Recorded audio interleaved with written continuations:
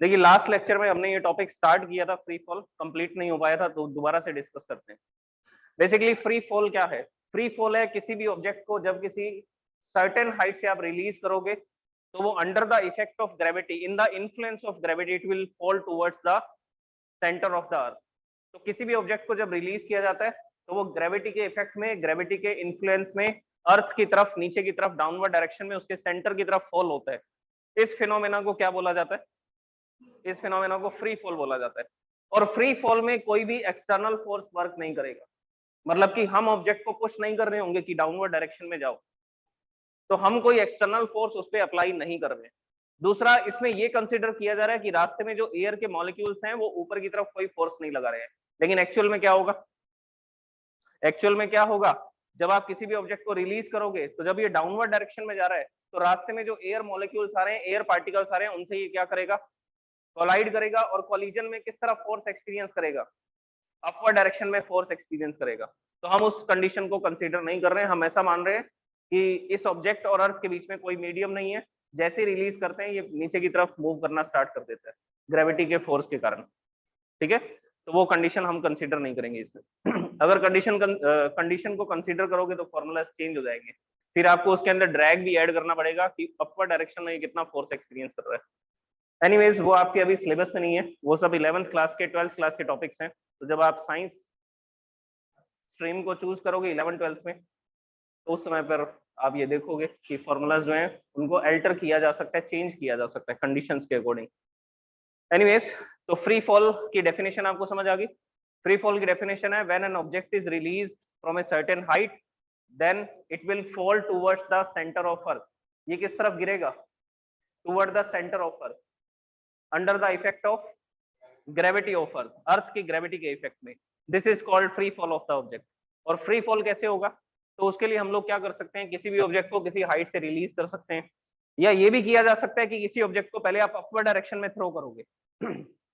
जैसे ये कंडीशंस हमने फर्स्ट चैप्टर में डिस्कस की थी, मोशन चैप्टर में। फिजिक्स का जो पहला चैप्टर किया था, आपकी बुक का चैप्टर 8 है मोशन, उसमें हमने ये देखा था कि ये ऑब्जेक्ट को जब मैं अपवर्ड डायरेक्शन में थ्रो कर रहा हूँ, ये थ्रो करने वाली कंडीशन। तो जब हम ऑब्जेक्ट को थ्रो करेंगे अपवर्ड डायरेक्शन में, वर्टिकल अपवर्ड डायरेक्शन में, तो मैं इसको कुछ इनिशियल वेलोसिटी दूंगा, मैं इस पर फोर्स लगा के डिस्प्लेसमेंट कर रहा हूँ, तो फोर्स लगा रहा हूँ तो जरूर ये क्या गेन करेगा? कुछ वेलोसिटी गेन करेगा। और फॉर एग्जांपल मैंने इसको 30 मीटर पर सेकंड से थ्रो किया, ये इसकी स्पीड है, तो ये अपवर्ड डायरेक्शन में जा रहा है, लेकिन हम देख रहे हैं कि इसकी स्पीड क्या होती जा रही है? कम होती जा रही है। अगले सेकंड में 20 होगी, फिर नेक्स्ट सेकंड में 10 होगी, नेक्स्ट सेकंड में 0 होगी, और 3 सेकंड बाद ये किस में आ गया? ये रेस्ट में आ गया। और इसने कितना डिस्प्लेसमेंट किया? डिस्प्लेसमेंट को आप एस से लिखेंगे या एच से भी लिख सकते हैं, the height attain by the object. जब भी हम न्यूमेरिकल्स करेंगे तो आपको यही बोला जाएगा, calculate the height attain by the object. Object ने कितनी हाइट को अटेन किया, कितनी हाइट को, मतलब कितना डिस्प्लेसमेंट किया उसने। ओके, और ये कितने सेकंड में जाएगा? 3 सेकंड बाद ये रेस्ट में आ जाएगा, क्योंकि एक्सेलरेशन कितना है? एक्सेलरेशन डाउनवर्ड डायरेक्शन में -10 मीटर पर सेकंड स्क्वायर। एक्सेलरेशन को माइनस क्यों लिखा गया? वेलोसिटी इज इंक्रीजिंग और डिक्रीजिंग? Velocity is decreasing. अगर इसकी स्पीड या वेलोसिटी डिक्रीज हो रही है तो एक्सेलरेशन कैसा होगा? नेगेटिव एक्सेलरेशन होगा। और कितना लिखा गया? -10। और किस डायरेक्शन में? डाउनवर्ड डायरेक्शन में, क्योंकि ग्रेविटी का फोर्स किधर लग रहा है? ऑब्जेक्ट तो ऊपर की तरफ जा रहा है, लेकिन ग्रेविटी इसको नीचे खींच रही है। तो ये ऑब्जेक्ट अपवर्ड डायरेक्शन में जाते हुए नीचे की तरफ फोर्स एक्सपीरियंस कर रहा है, और इसी फोर्स के कारण तो इसकी वेलोसिटी क्या हो रही है? इसी फोर्स के कारण तो इसकी वेलोसिटी डिक्रीज हो रही है, क्योंकि मोशन के अपोजिट डायरेक्शन में फोर्स है। मोशन अपवर्ड डायरेक्शन में कर रहा है, फोर्स डाउनवर्ड डायरेक्शन में लग रहा है। तो नेगेटिव एक्सेलरेशन का मतलब है कि इसकी वेलोसिटी कम होती जाएगी, 30, फिर नेक्स्ट सेकंड में 20, नेक्स्ट सेकंड में 10, और लास्ट में इसकी फाइनल वेलोसिटी क्या होगी? इसकी फाइनल वेलोसिटी 0 हो जाएगी जब ये मैक्सिमम हाइट पर पहुंच जाएगा या अटेन कर लेगा मैक्सिमम हाइट को।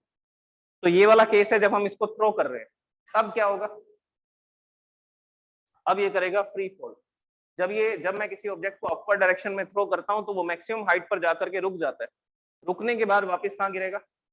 डाउनवर्ड डायरेक्शन में आएगा। अब ये कौन सी कंडीशन होगी?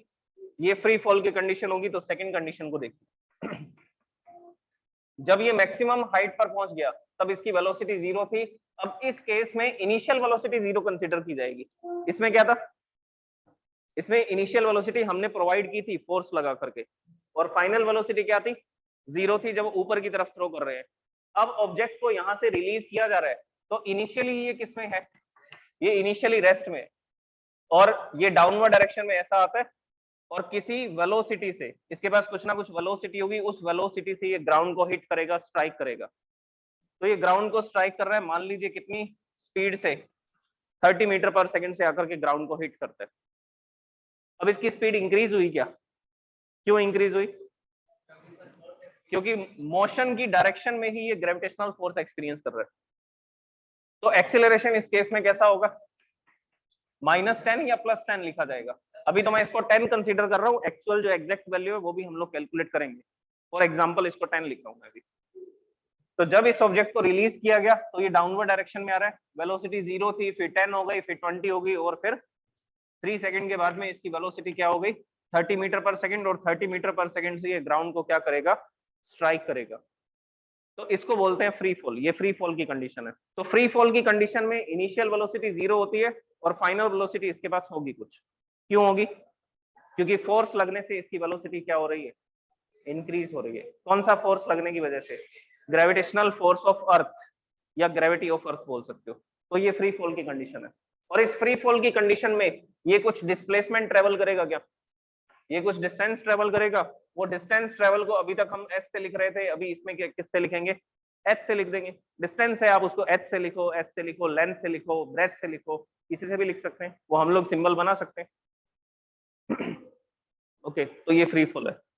अब इसके बारे में लिखते हैं, फ्री फॉल की डेफिनेशन लिखते हैं, फिर मैं आपको बताता हूं कि ये जो एक्सेलरेशन है, इस एक्सेलरेशन की वैल्यू कैसे कैलकुलेट की जाएगी और एग्जैक्ट वैल्यू क्या आएगी।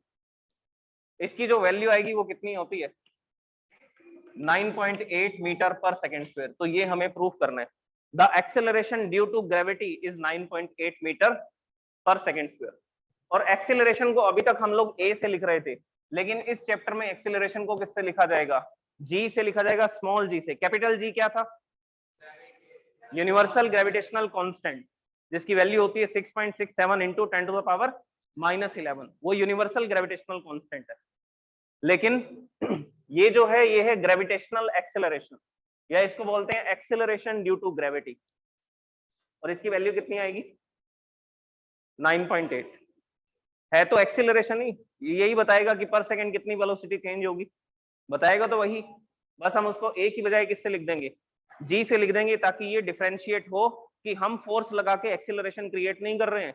ये एक्सेलरेशन किसकी वजह से आ रहा है, ग्रेविटी के इफेक्ट से आ रहा है। ओके, अभी हम लोग फ्री फॉल की डेफिनेशन लिखते हैं।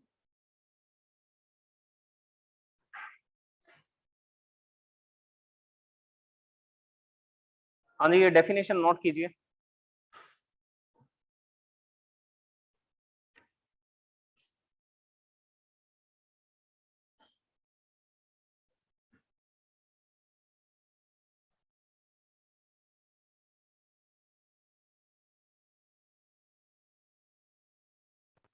हाँ जी, नेक्स्ट टॉपिक को पहले समझ लीजिए, फिर हम इसके बारे में लिखेंगे। देखिए, acceleration due to gravity of earth, basically earth जो है वो ग्रेविटेशनल फोर्स अप्लाई कर रही है ऑब्जेक्ट पे। अगर किसी ऑब्जेक्ट पे फोर्स लग रहा है, तो फोर्स लगने के कारण क्या होगा, उसकी डायरेक्शन में चेंज आएगा। फोर्स लगने की वजह से क्या होगा, उसकी वेलोसिटी में चेंज आएगा, या उसकी स्पीड में चेंज आएगा। तो बेसिकली फोर्स अप्लाई हो रहा है, ग्रेविटेशनल फोर्स। इस फोर्स की वजह से ऑब्जेक्ट की डायरेक्शन तो चेंज नहीं होगी। जो ऑब्जेक्ट ऊपर की तरफ जा रहा था ऊपर की तरफ ही जा रहा है, लेकिन उसकी वेलोसिटी में क्या आ रहा है, उसकी स्पीड में चेंज आ रहा है, वेलोसिटी नहीं। वेलोसिटी क्या होता है, मैग्नीट्यूड प्लस डायरेक्शन। तो डायरेक्शन तो मैंने आपको बता दिया कि ऑब्जेक्ट जो है ऊपर की तरफ हम लोग थ्रो कर रहे हैं, तो वो अपवर्ड डायरेक्शन में ही मूव करेगा, बस उसके किस में चेंज आएगा, स्पीड में चेंज आएगा। तो पहले उसकी स्पीड 30 थी, फिर 20 हो जाती है, फिर 10 हो जाती है, फिर 0 हो जाती है। तो ऑब्जेक्ट जब ऊपर की तरफ जा रहा है तब भी एक्सेलरेशन इन्वॉल्व है। यहाँ पर हम तो कोई फोर्स नहीं लगा रहे हैं, लेकिन फिर भी उसकी वेलोसिटी में, उसकी स्पीड में क्या आ रहा है, चेंज आ रहा है।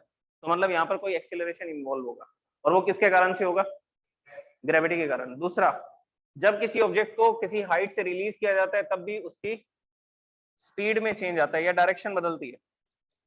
डायरेक्शन चेंज नहीं होती। डायरेक्शन क्या होती है, ये अर्थ के सेंटर की तरफ ही फॉल होगा। कोई भी ऑब्जेक्ट होगा जब उसको रिलीज किया जाएगा तो वो हमेशा किस तरफ फॉल होगा, towards the centre of the earth. ये मैंने आपको पहले भी बताया था कि जो डिस्टेंसेज हैं या जो फोर्स की डायरेक्शन होती है उसको रिप्रेजेंट करने के लिए हम लोग क्या करते हैं, दोनों ऑब्जेक्ट के सेंटर्स को ज्वाइन कर देते हैं। और फोर्स कहां पर रिप्रेजेंट करेंगे, on the line joining the two objects. ये दोनों ऑब्जेक्ट को जो लाइन ज्वाइन कर रही है उसी लाइन पर आप किसकी डायरेक्शन को रिप्रेजेंट करोगे, उसी लाइन पर आप फोर्स की डायरेक्शन को रिप्रेजेंट करोगे। तो अर्थ भी ऊपर की तरफ फोर्स एक्सपीरियंस करती है, वो ऑब्जेक्ट भी नीचे की तरफ फोर्स एक्सपीरियंस करते हैं, दोनों एक दूसरे पर अट्रैक्शन फोर्स अप्लाई कर रहे हैं। दोनों एक दूसरे पर क्या कर रहे हैं, अट्रैक्शन फोर्स अप्लाई कर रहे हैं। और ये जो ऑब्जेक्ट है ये किस तरफ फॉल हो रहा है, towards the centre of the earth. अगर ऑब्जेक्ट यहाँ पर होगा तब भी किस तरफ जाएगा, सेंटर की तरफ। अगर ऑब्जेक्ट यहाँ पर होगा तब भी किस तरफ, अट्रैक्ट होगा टूवर्ड द सेंटर। तो ग्रेविटेशनल फोर्स हमेशा कहां पर काम कर रहा है, ऑब्जेक्ट हमेशा किस तरफ अट्रैक्टेड होगा, किस तरफ मूव करना चाहेगा, सेंटर की तरफ मूव करना चाहता है। और वो जो फोर्स है वो ग्रेविटेशनल फोर्स है। और इस ग्रेविटेशनल फोर्स का क्या इफेक्ट आ रहा है, वेलोसिटी में चेंज आ रहे हैं। ऊपर की तरफ थ्रो कर रहे हैं तब वेलोसिटी डिक्रीज हो रही है, जब रिलीज कर रहे हैं तो वेलोसिटी इंक्रीज हो रही है। तो वेलोसिटी में चेंज होना पर सेकेंड, इसको क्या बोलते हैं, इसको बोलते हैं एक्सेलरेशन। और ये एक्सेलरेशन किसके कारण से, ग्रेविटी ऑफ अर्थ के कारण है, तो हम इसको क्या बोलते हैं, acceleration due to gravity of earth. Acceleration due to gravity of earth को हम ए से नहीं लिखेंगे, हम इसको किससे लिखेंगे, जी से लिखेंगे। और इसका यूनिट सेम रहेगा। यूनिट क्या होता है एक्सेलरेशन का, मीटर पर सेकंड स्क्वायर, कि पर सेकंड इतने मीटर पर सेकंड की स्पीड में चेंज आ रहा है, दिस इज कॉल्ड एक्सेलरेशन। और कितनी वैल्यू आएगी इसकी, अप्रोक्सीमेटली 9.8 मीटर पर सेकंड स्क्वायर। तो ये इसका एक्सेलरेशन ड्यू टू ग्रेविटी होगा। डन। और ये सब कुछ क्या मान करके कंसीडर कर रहे हैं, अजम्पशन क्या है, अजम्पशन ये है कि जो अर्थ है वो एक परफेक्ट स्फीयर है। जो अर्थ है उसको क्या माना जा रहा है, उसको परफेक्टली स्फेरिकल ऑब्जेक्ट माना जा रहा है। लेकिन एक्चुअल में क्या नहीं है, एक्चुअल में परफेक्ट स्फीयर नहीं है, इस तरह की शेप है उसकी। तो यहाँ पर ग्रेविटी अलग है, यहाँ पर ग्रेविटी अलग है, वो हम लोग डिस्कस करेंगे आगे। एक टॉपिक आएगा, एक क्वेश्चन आएगा आपकी एनसीईआरटी बुक में गिवन है। जब उस क्वेश्चन को डिस्कस करेंगे तब मैं आपको बताऊंगा कि जो एक्सेलरेशन है ड्यू टू ग्रेविटी वो अर्थ पर भी सब जगह पर क्या नहीं है, सेम नहीं है, इक्वल नहीं है, अलग अलग है। लेकिन अभी जो हमारी कंसिडरेशन है वो क्या है, that earth is a perfect sphere. हम इसको एक स्फेरिकल ऑब्जेक्ट मान रहे हैं, और स्फेरिकल ऑब्जेक्ट मान करके हम जो कैलकुलेशन करेंगे उससे जो एक्सेलरेशन आएगा वो कितना आएगा, 9.8 मीटर पर सेकंड स्क्वायर। तो आप किसी भी ऑब्जेक्ट को रिलीज करोगे, आप किसी भी ऑब्जेक्ट को यहाँ से रिलीज कर रहे हो, यहाँ से रिलीज कर रहे हो, यहाँ से रिलीज कर रहे हो, ये सब किस तरफ जाना चाहेंगे, सेंटर की तरफ। और इनकी वेलोसिटी में पर सेकंड कितना चेंज आएगा, 9.8 मीटर पर सेकंड स्क्वायर। और अगर अपवर्ड डायरेक्शन में थ्रो करेंगे तो 9.8 मीटर पर सेकंड वेलोसिटी कम होती जाएगी, कितने टाइम में, पर सेकंड में। पहले जैसे 19.6 थी तो अगले सेकंड में 9.8 हो जाएगी, फिर अगले सेकंड में 0 हो जाएगी। तो हर बार कितने का चेंज आने वाला है, 9.8 का ही चेंज आएगा। ओके, अब इसके बारे में लिखते हैं हम लोग, एक्सेलरेशन ड्यू टू ग्रेविटी। फिर मैं आपको बताऊंगा कि एक्सेलरेशन ड्यू टू ग्रेविटी इसकी वैल्यू को कैसे कैलकुलेट करते हैं। अच्छा, इसको एक नाम से और बोल सकते हो, ग्रेविटेशनल एक्सेलरेशन भी बोल सकते हैं। क्या बोल सकते हैं इसको, ग्रेविटेशनल एक्सेलरेशन, ये भी बोला जा सकता है।